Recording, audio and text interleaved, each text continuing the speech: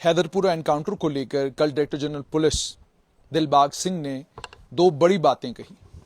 एक तो उन्होंने ये कहा कि जो लोग आम नागरिक उन्हें कह रहे हैं, जो लोग ये कह रहे हैं कि हैदरपुरा एनकाउंटर में जो लोग मारे गए उन लोगों को लेकर जिन्हें शक है, उनकी जानकारी के लिए उन्होंने दो तीन चीजें बताई। एक तो उन्होंने ये कहा कि कैसे संभव है ये कि एक पाकिस्तानी आतंकवादी को अपनी बाइक पर बिठाकर पूरे श्रीनगर शहर में एक आदमी घूम रहा था और वो पाकिस्तानी आतंकवादी उस बाइक के ऊपर से अपने निशाने, अपने टारगेट चुन रहा था और गोलियां चला रहा था।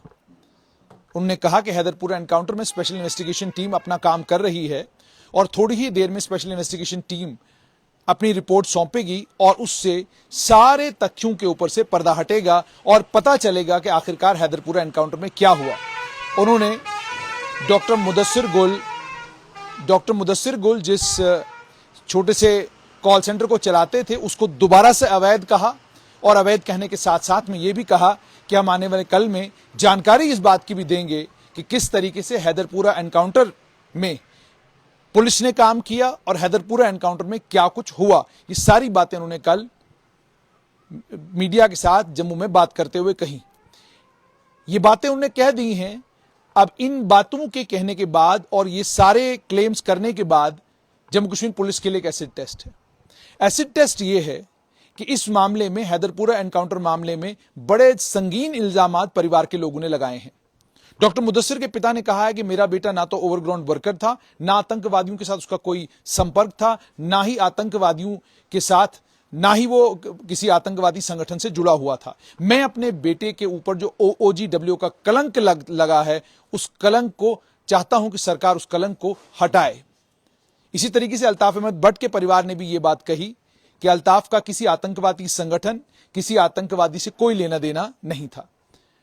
उसके बाद आमिर लतीफ मागरे का परिवार जो रामबन गूल में है, वो लगातार प्रशासन को कह रहे हैं कि उनको आमिर लतीफ मागरे का शव दिया जाए और प्रशासन ने साफ तौर पर कह दिया कि शव नहीं मिलेगा। लेकिन आमिर लतीफ मागरे का परिवार ये कहता है कि उस बिल्डिंग में CCTV फुटेज है, उस बिल्डिंग में और भी कई चीजें हैं, उन चीजों को भी खंगाला जाना चाहिए। और वो ये बार बार कह रहे हैं कि आमिर जो है वो आतंकवादी नहीं था। और दूसरी बात ये भी कह रहे हैं कि यदि वो आतंकवादी था, अगर उसका आतंकवाद से कहीं पर भी कोई सबूत जम्मू कश्मीर पुलिस हमें देती है तो हम उसके बाद उसका शव मांगना बंद कर देंगे।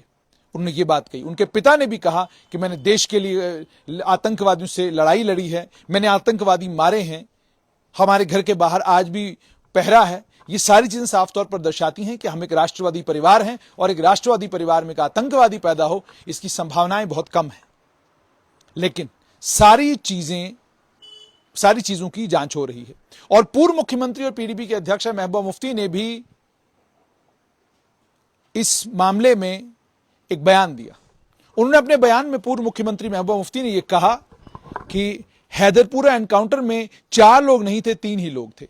चौथे आतंकवादी की ना तो तस्वीर दिखाई गई है, ना ही चौथे आतंकवादी के बारे में कोई डिटेल दी गई है। लेकिन कल director general police Dilbag Singh ने कहा कि चौथा आतंकवादी हैदर पाकिस्तानी था और वो घाटी के अंदर किलिंग्स कर रहा था। और उन्होंने ये भी कहा कि जो लोग संदेह की नजर से इस एनकाउंटर को देख रहे हैं, उन लोगों को सोच विचार करना चाहिए कि वो क्या कर रहे हैं। यानी इशारा उनका इस और था कि जब आपकी सत्ता थी, जब आप सत्ताधारी दल में थे, आप सरकार थे, आप मुख्यमंत्री थे, उस समय जब एनकाउंटर होते या उस समय जब आतंकवादियों का इसी तरीके से कोई ठिकाना ध्वस्त किया जाता या किसी आतंकवादी की मौत होती, तो तब आप ये भाषा नहीं बोलते थे। अब चूंकि आप विपक्ष में हैं और विपक्ष में होने के साथ साथ में आप पब्लिक सिंपैथी गेन करना चाहते हैं, इसलिए आप इस तरह की भाषा बोल रहे हैं।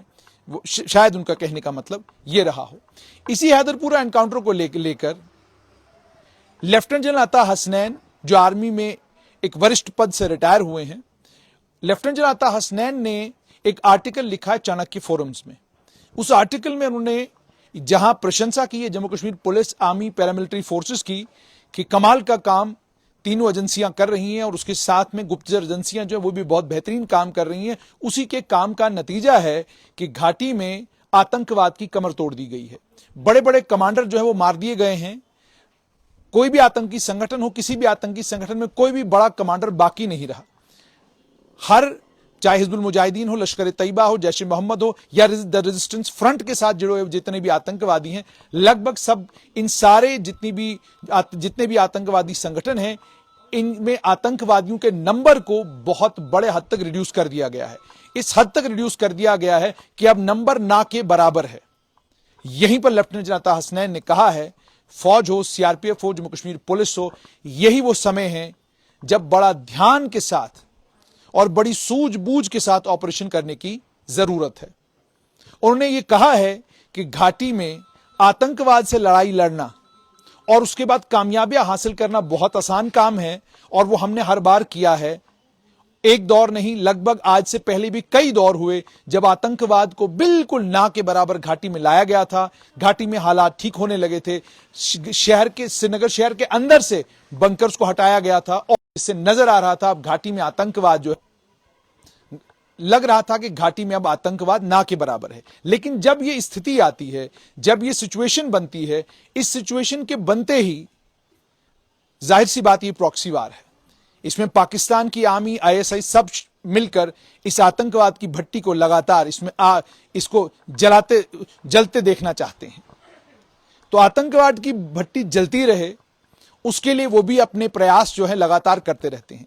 लेफ्टिनेंट जनरल अता हसनैन कहते हैं कि जब आतंकवादियों का नंबर बहुत ज्यादा होता है, उस समय फौज को पूरी इजाजत होती है कि आप ऑपरेशन करें, आपका जैसे मन करता है वैसे ऑपरेशन करें। हमें आतंकवाद से मुक्त घाटी चाहिए। फौज ऑपरेशन जब करती है तो फौज से ऑपरेशन करते समय गलतियां भी होती हैं, लेकिन उन गलतियों को नजरअंदाज किया जा सकता है क्योंकि आतंकियों का नंबर ज्यादा है और आतंकियों के नंबर को कम करने के लिए या आतंकवाद को खत्म करने के लिए ऑपरेशंस किए जा रहे हैं। स्वाभाविक है कि उसमें गलतियां भी होंगी। गलतियां उस समय नजरअंदाज की जा सकती हैं और अगर गलती कहीं हो भी जाए तो उस गलती के होने के बाद कोई ज्यादा फर्क नहीं पड़ता। इसलिए फर्क नहीं पड़ता क्योंकि सब जानते हैं आतंकवादियों का नंबर बहुत ज्यादा है। उसके बाद वो कहते हैं स्थिति जब यह आ जाती है कि आतंकवादियों का नंबर कम हो जाता है, ना के बराबर नंबर है, स्थिति बहुत गंभीर है, स्थिति बहुत खराब है।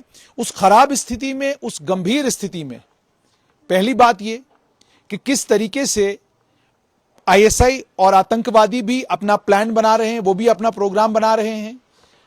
उस समय लेफ्टिनेंट जनरल अता हसनैन लिखते हैं उनकी ये कोशिश रहती है कि किसी तरीके से ऐसे हालात पैदा किए जाएं जिनमें उपद्रव हो, ऐसे हालात पैदा किए जाएं कि मुर्दाबाद जिंदाबाद के नारे लग जाएं, ऐसे हालात पैदा किए जाएं कि पत्थरबाजी हो, ऐसे हालात पैदा किए जाएं कि जो लोग आर्मी, पुलिस, पैरामिलिट्री फोर्सेस की मदद करने वाले हैं वो आर्मी, पुलिस, पैरामिलिट्री फोर्सेस की मदद करने से कतराएं। इस तरह के हालात पैदा किए जाते हैं। और उसके बाद उन्हें हैदरपुरा एनकाउंटर को लेकर मिसाल दी है। उन्होंने कहा हैदरपुरा में एक एनकाउंटर हुआ, उस एनकाउंटर में 4 लोग मारे गए, 2 लोग वहां के आम नागरिक बताए जा रहे थे। उनको लेकर अलग अलग तरह की बातें मीडिया में आई और जब तथ्य सामने आने लगे, फैक्ट सामने आने लगे तो दोनों परिवारों ने कहा कि जी आपने जिन दोनों लोगों को मारा है वो दोनों आम नागरिक हैं, उनके शव हमारे हवाले कर दिए जाएं। लेफ्टिनेंट जनरल अता हसनैन कहते हैं शव हवाले नहीं किए गए, उसके नतीजे में लोग सड़कों के ऊपर आ गए। लोग सड़कों के ऊपर आए, धरना हुआ, प्रदर्शन हुआ, शोर हुआ, हंगामा हुआ। नतीजा ये निकला कि इस एनकाउंटर में फौरन प्रोब ऑर्डर कर देना पड़ा। अब उनका इशारा इस और भी था कि जहां आतंकवादी है, परिवार के लोग भी जानते हैं कि ये आतंकवादी है, परिवार के लोगों को मालूम है कि ये बच्चा घर से निकला है और आतंकवादियों के साथ जा मिला है, तो परिवार के लोग भी ना तो धरना देते हैं ना प्रदर्शन करते हैं। और पिछले 3 साल से जो सरकार ने एक पॉलिसी बनाई है कि अगर आतंकवादी कोई आतंकी मुठभेड़ में मारा जाता है तो उसका शव परिवार वालों को नहीं मिलेगा। इस पॉलिसी के बारे में भी परिवार को जानकारी रहती है। इसी के चलते परिवार भी रेजिस्ट नहीं करते, परिवार भी कोई हंगामा नहीं करते, वो भी खामोश रहते हैं। लेकिन जहां पर परिवार के लोगों को यह लगता है कि जिसे मारा गया है वो आतंकवादी नहीं था, उसका आतंकवाद से कोई लेना देना नहीं था, वहां पर स्थिति बिल्कुल अलग हो जाती है। इस स्थिति में बड़ी शालीनता के साथ, बड़ी गंभीरता के साथ, बड़ी सूझबूझ के साथ काम करना है। काम इस तरीके से करना है कि आतंकियों को एक भी मौका और आतंकवाद के समर्थकों को एक भी मौका घाटी में ना मिले अपने लिए दोबारा से स्पेस बनाने का। और स्पेस बनाने का समय उनका यही होता है जब उनका नंबर कम होता है। उन्हें पता है उनका नंबर कम है, कहीं पे एक ऑपरेशन हुआ, उस ऑपरेशन के नतीजे में अगर कुछ एलिगेशंस लगे, उन एलिगेशंस के नतीजे में वो पूरी कोशिश करते हैं कि लोगों को किसी तरीके से इन्वॉल्व किया जाए, भावुक किया जाए और लोगों को इस सारे सिलसिले में इन्वॉल्व करके पत्थरबाजी करवाई जाए, नारेबाजी करवाई जाए। गंभीरता, इसका मतलब साफ तौर पर उनका इस और इशारा है कि इन सारी चीजों को अवॉइड करने की जरूरत है। और दूसरा उन्होंने इस और भी इशारा किया जो जम्मू कश्मीर पुलिस भी कह रही है, director general police Dilbag Singh ने भी यह बात कही, हाइब्रिड मिलिटेंट है, यानी आतंकवादी अब पहले की तरह नहीं है कि वो घर छोड़ के चला गया, वो आतंकवादियों से जा मिला, जंगलों के अंदर है और उसके बाद वो शहर में ऑपरेशन करने के लिए आ रहा है या किसी हाइड आउट पे वो छुपा हुआ। अब आतंकवाद उस रूप में नहीं है, अब आतंकवाद का रूप दूसरा है। यानी अब एक नौजवान लड़का है, वो जीन्स में घूमने वाला लड़का है, बड़ी खूबसूरत सी उसने बाइक रखी हुई है, महंगी सी बाइक के ऊपर घूमने वाला लड़का है, आईफोन चलाने वाला है, महंगे महंगे फोन हाथ में है। इस तरह के युवक हैं जो इस समय कश्मीर में ओजीडब्ल्यू का काम कर रहे हैं, हाइब्रिड आतंकवादी का काम कर रहे हैं। इनके हाथ में पाकिस्तान ने पिस्टल थमाई और उस पिस्टल की मदद से ये लोग आम नागरिकों को निशाना बनाते हैं। तो इसलिए जब घर से कोई बच्चा निकला तो परिवार के लोगों का स्वाभाविक रूप से यह कहना है कि यह आतंकवादी नहीं, इसका आतंकवादियों से कोई संपर्क नहीं, क्योंकि परिवार का कोई भी आदमी कैमरे की नजर से अपने बच्चों के ऊपर नजर नहीं रखता। जब आपका बच्चा आपके घर से निकल के चला जाता है, आपको नहीं मालूम कि आपका बच्चा घर से बाहर जाकर क्या कर रहा है। और सोशल मीडिया के इस जमाने में जब परिवार के लोगों को यह पता नहीं होता कि आज मेरा बेटा घर से जब निकला पार्टी करके कहां से आया है, तो वहां कहां संभव है और यहां तक हालात पहुंच चुके हैं। कई बार परिवार के लोगों को इंस्टाग्राम, फेसबुक और व्हाट्सएप से पता चलता है कि उनका बच्चा कहां पर है। कई बार परिवार के लोगों को इंस्टाग्राम स्टोरी से पता चलता है कि आज का दिन मेरे बेटे ने गुजारा कहां पर है। कई बार परिवार को, ये मैं कश्मीर की बात नहीं कर रहा, जम्मू की बात कर रहा हूं, परिवार के लोगों को यह पता होता है कि मेरा बेटा घर से बाहर गया है, फिर वो पत्नीटाप पहुंच गया, ये परिवार के लोगों को नहीं पता होता है। अचानक एक इंस्टाग्राम के ऊपर स्टोरी आती है, फिर माताजी फोन करती हैं कि बेटा आप पत्नीटाप चले गए, बताया नहीं। फिर बेटा बताता है कि जी मैं पत्नीटाप आया हुआ। तो ये सूरत हाल तो जम्मू में है, तो घाटी में। और उसके बाद एक और चीज है एल्यूरमेंट।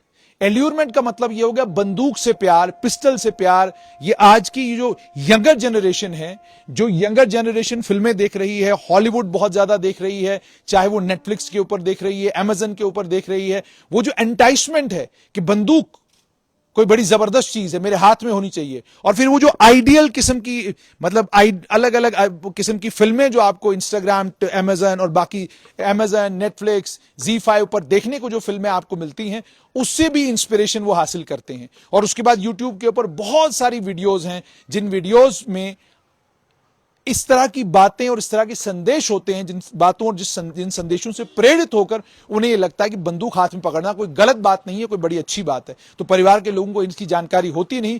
उसके बाद जब एनकाउंटर होता है तो इल्जाम लगते हैं कि एनकाउंटर के ऊपर सवाल उठाए जाते हैं। एनकाउंटर को लेकर कहा जाता है कि इसमें एनकाउंटर में जो लोग मारे गए वो लोग तो आतंकवाद से जुड़े हुए नहीं थे। ये सारी बातें लेफ्टिनेंट जनरल अता हसनैन ने भी अपने आर्टिकल में अपने आर्टिकल में कही। चाणक्य फोरम्स पर वो आर्टिकल मौजूद है, आप पढ़ भी सकते हैं उसको। Director general police Dilbag Singh ने कल बड़े कॉन्फिडेंस के साथ ये बात कही कि हैदरपुरा एनकाउंटर में जब कल तथ्य उजागर होंगे, तथ्य सामने आएंगे, तो सबको पता चलेगा कि हैदरपुरा एनकाउंटर की सच्चाई क्या थी। इसलिए मैंने लिखा है कि हैदरपुरा एनकाउंटर जम्मू कश्मीर पुलिस के लिए एसिड टेस्ट है। क्योंकि एसिड टेस्ट इसलिए, परिवार वालों ने जो इल्जाम लगाया है उससे मजिस्ट्रियल इंक्वायरी जो है, मजिस्ट्रियल इंक्वायरी उसमें हो रही है, वो तथ्यों को का पता करने में, टटोलने में लगी हुई है। Special investigation team Jammu Kashmir police ने कॉन्स्टिट्यूट की हुई है। वो जो ऑपरेशन में कुछ अगर कोई गलती हुई है या ऑपरेशन हुआ कैसे, सिविलियंस जो है इस ऑपरेशन में उनकी मौत कैसे हुई, उसके ऊपर सिट जो है बैठी हुई है, सिट कॉन्स्टिट्यूट की गई है। सिट जो है उन तथ्यों को ढूंढने की कोशिश कर रही है। तो हैदरपुरा एनकाउंटर एसिड टेस्ट है जम्मू कश्मीर पुलिस के लिए। मजिस्ट्रियल इंक्वायरी में क्या निकल कर आएगा, सिट क्या कहेगी, ये दोनों चीजें जब सामने आएंगी उसके बाद ही इस बात का खुलासा होगा कि क्या वाकई हैदरपुरा एनकाउंटर में जिन 3 लोगों की मौत हुई थी, उन 3 लोगों में से एक हाइब्रिड आतंकवादी था आमिर लतीफ जरगर, एक 4 लोगों की मौत हुई थी और एक पाकिस्तानी आतंकवादी था हैदर, और उसके अलावा अल्ताफ भट्ट और डॉक्टर मुदस्सिर गुल 2 और सिविलियन थे जिनकी इसमें मौत हुई थी। तो क्या डॉक्टर मुदस्सिर गुल का किसी आतंकवादी संगठन के साथ कोई नाता रिश्ता था, वो भी इसी मजिस्ट्रियल इंक्वायरी में और सिट की इस इंक्वायरी में निकल कर आएगा। और जब ये तथ्य सामने आएंगे तब जाकर पता चलेगा कि हैदरपुरा एनकाउंटर में आखिरकार हुआ क्या था।